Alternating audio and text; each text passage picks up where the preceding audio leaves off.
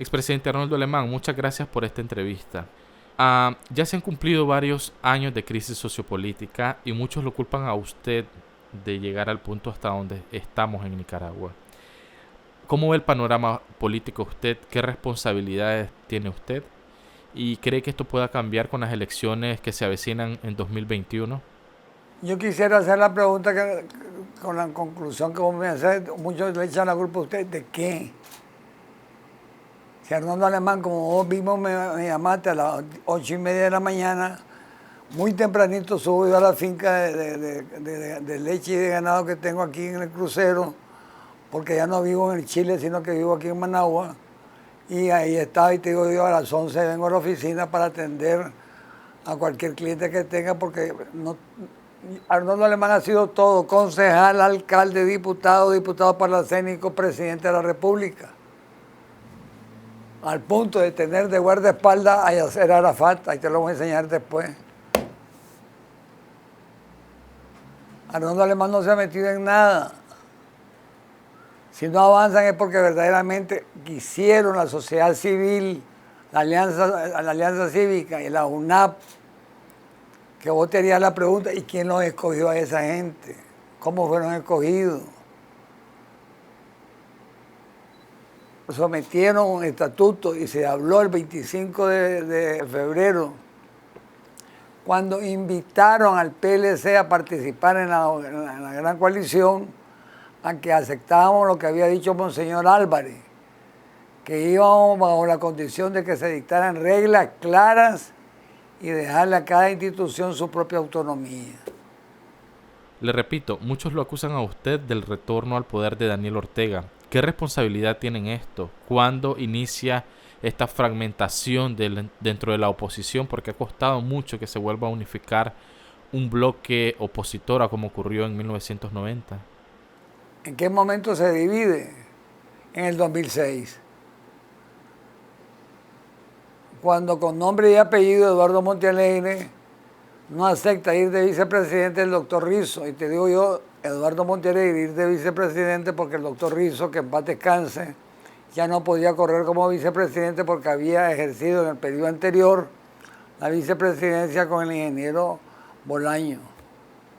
Entonces le tocaba a Eduardo tener un poquito de humildad y de tiempo para, después de que pasara el periodo del doctor Rizo, que no se podía reelegir, ser el candidato también del liberalismo, y hubiésemos seguido igual, y no como se pasó, que con el 38% Daniel Ortega le gana a uno 28 y al otro 27%, que si vos sumás el 28 de Eduardo y el 27 de José Rizo, te da un 55%. La división, no los acuerdos, ni los pactos, ni lo que le quieran llamar desde el año 1999 y 2000, porque esa contestación te le da la elección del 2001, que la gana el PLC a pesar de haber firmado ya los acuerdos o pactos, como le quieran llamar, sino que se pierde cuando en el 2006, en vez de ir unidos y con humildad, el que le llegó a levantar la mano a Daniel Ortega antes de que se contara el 8%, el 8,5%, es el que da la oportunidad que llegue Daniel Ortega. Pero aún así, en esa elección del 2006, vos tenés que un partido que tiene menos votos, según los cálculos, para que dejar en segundo lugar al que le fue a levantar la mano, tiene menos diputados que el tercer lugar. Pero sumado el segundo y el tercer puesto, tienen 48 votos, 48 diputados que bien pudieron haber escogido a un diputado liberal para presidir la Asamblea Nacional. Sin embargo, ahí mismo, el que le levantó la mano no le da el voto al candidato que había presentado, el que tenía más diputados, y le da el voto a René Núñez Tellez como presidente de la Asamblea. Hoy, te lo vuelvo a repetir, el mismo adversario que tuvimos en el 2006 y que no ha dejado de ser desde 1984 hasta la fecha, es Daniel Ortega. Y Daniel Ortega ni se está yendo ni para Cuba, ni para Rusia, ni para ningún lugar. Se va a quedar aquí en Nicaragua. y muchas veces se le llama, queriéndolo menospreciar, bachiller, pero es bachiller en ciencias y letras, en bachillerato, pero en política. Es un doctor magno cum laude porque verdaderamente se la sabe de todas. Expresidente Alemán, pero para que Ortega pudiese ganar en 2006 se tuvo que bajar el techo para que un candidato ganara las elecciones. Ortega ganó con menos del 40% de los votos y esto se estableció en el pacto suyo con Ortega. ¿Es así? Porque yo no sé si han leído hoy en qué consistió el pacto. Yo te voy a dar aquí esto que lo he escrito, que muy pocas veces, ahora que tengo tiempo escribo, la verdadera historia de los acuerdos del 2000. ¿Cuál fue lo primero que se discutió? Que no se pague por adelantado a los partidos políticos y suscripciones populares. ¿Por qué? La quitar la contestación. En vez de residuos electorales para escoger diputados, se cambia por el sistema de media mayor. ¿Por qué? Porque dio pena que salieran diputados con 800 votos residuales, estando representados en la Asamblea Nacional. Ese es otro acuerdo. El tercer acuerdo, dejar la casilla fija y no cambiarla en cada elección, pues el costo monetario era excesivo para estar promoviendo una casilla diferente por cada periodo de elecciones. Solo el PLC había estado en 4 casillas. En la costa atlántica la primera vez estuvimos en la 6, después estuvimos en la 11.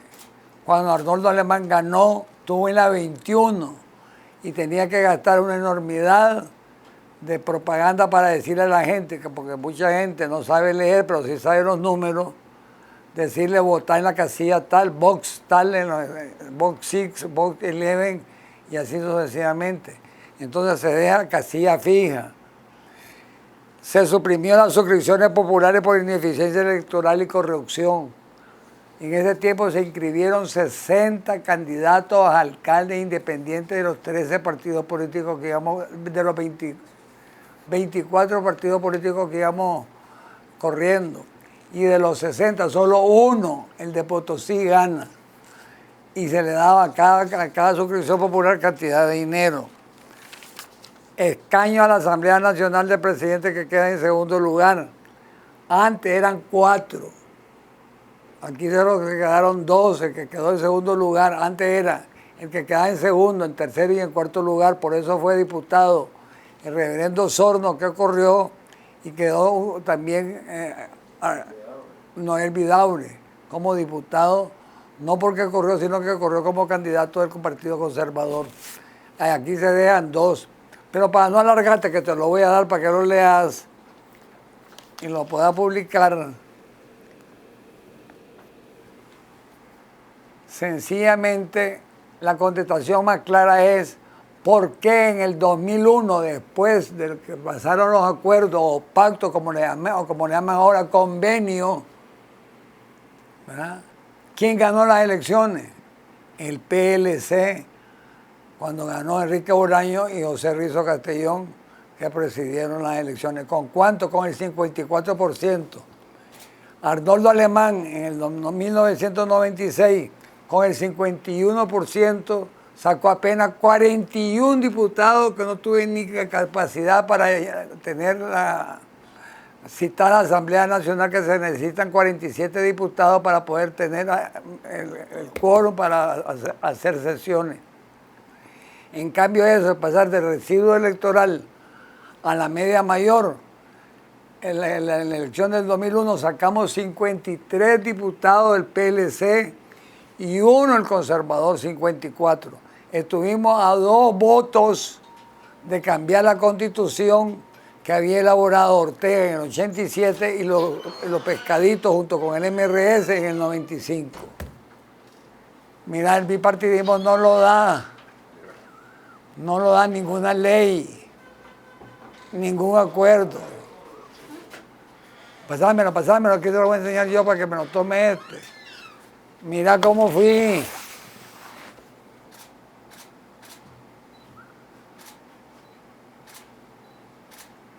Esa fue el 96.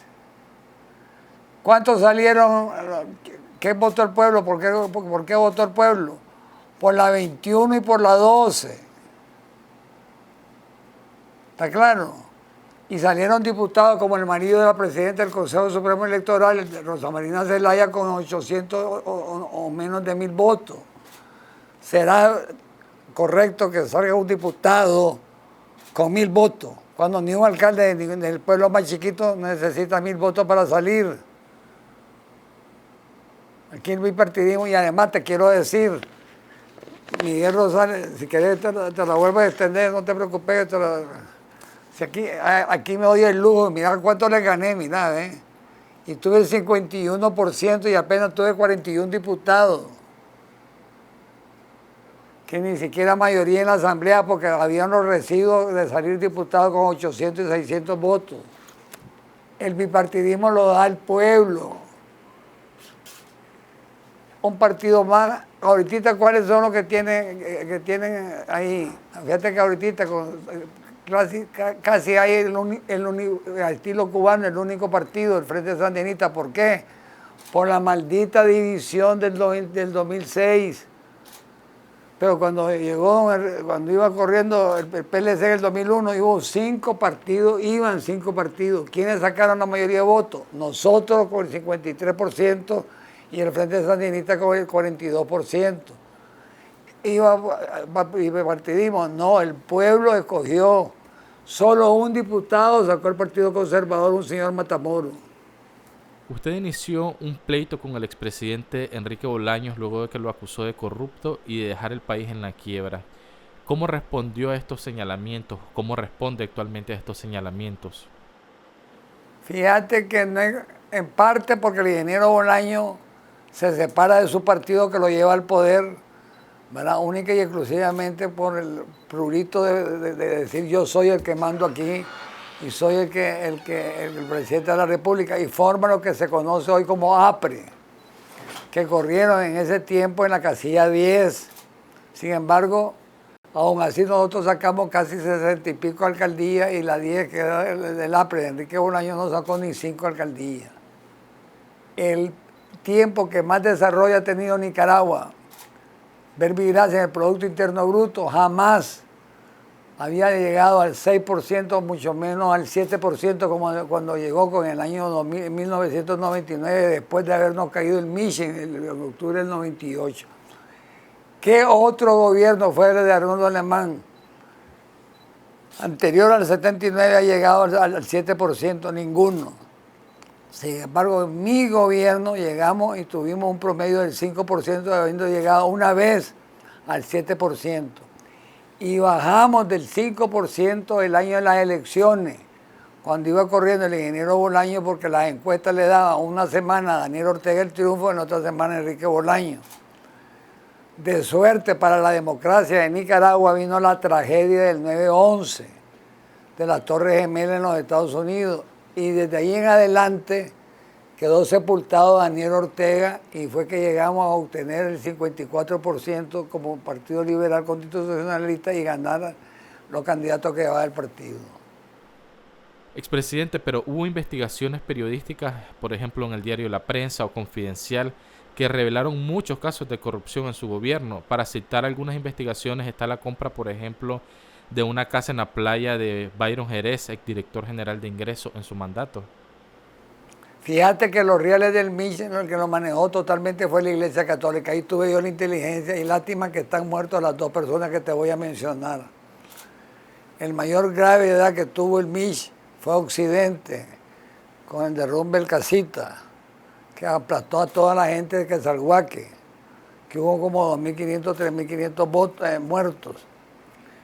Y fui al León para decirle a Monseñor Boco Viva, que era el obispo de León en ese tiempo, que no quería que sucediera lo que había pasado en Nicaragua en el daño del terremoto, que le acusan al Chihuín, al hijo de Anastasio Somoza, haber malversado toda la ayuda que vino a Nicaragua. Le dije yo, para que no haya motivo de plática, que sea el gobierno, quiero que la maneje usted, la iglesia, toda la ayuda que venga del Miche. Él me contestó, hay que llamar a la primera autoridad civil de aquí de la ciudad de León. Llamemos al señor Rigo Sanso, que era el alcalde de León. Rigo Sanso llegó a donde estaba la oficina de Monseñor, que queda enfrente de la catedral, en el Colegio San Ramón, Y le dije yo, Rigo, te saludo, pero vine donde lo vivo por esto y esto y esto, para que la ayuda que venga para los asuntos del Michi lo maneje la iglesia. Rigo Santos contestó, ¿por qué lo va a manejar la iglesia y no nosotros que tenemos experiencia? ¿Qué experiencia tienen? Le pregunté yo. Tenemos 20 años de tener los asuntos comunales, ¿cómo llamaban ellos? Bueno, los CDS y los asuntos comunales. Monseñor Boco vive con una humildad que tenía, le dice, ¿cuántos años tienen de experiencia ustedes para manejar a los distintos municipios? 20 años, le dice. Pues nosotros tenemos 20 siglos. Como Iglesia Católica tenemos 20 siglos. Y manejó todo el dinero, eso.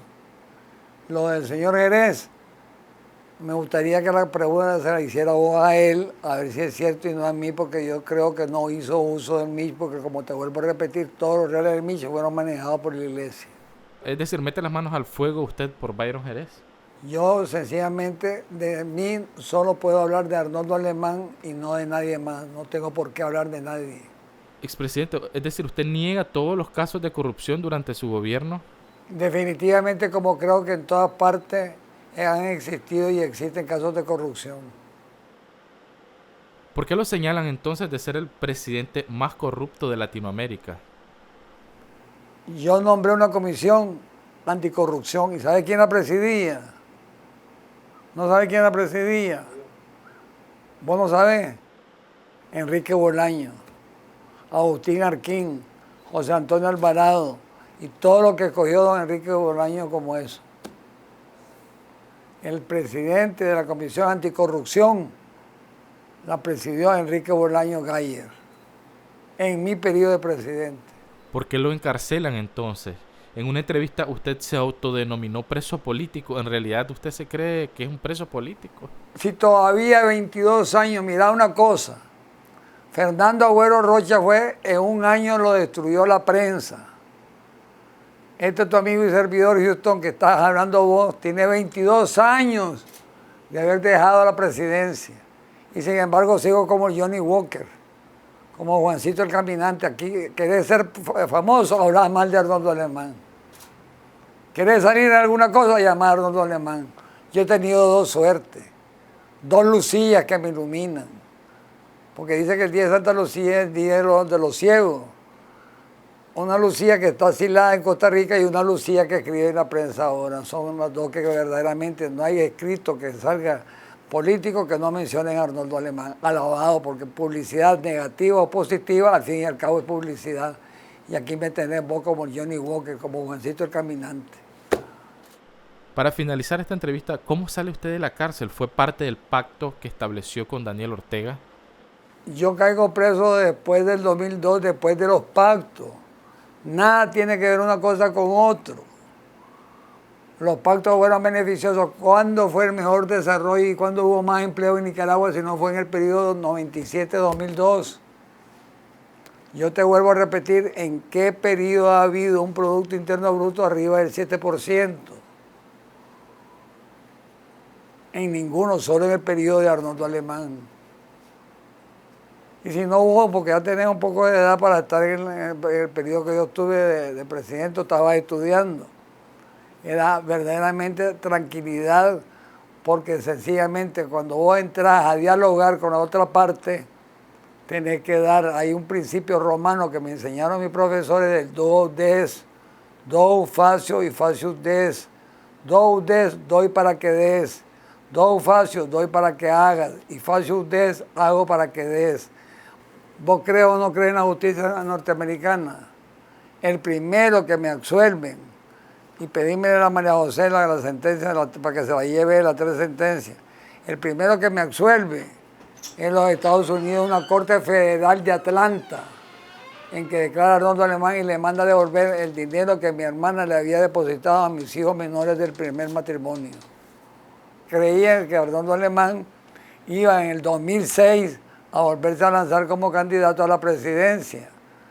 Y para eliminar a Arnoldo Alemán del candidato del 2006, sencillamente hacerlo y echarlo preso. Y ahí aguanté prisión hasta el 7 años que se resolvió el último caso aquí en Nicaragua.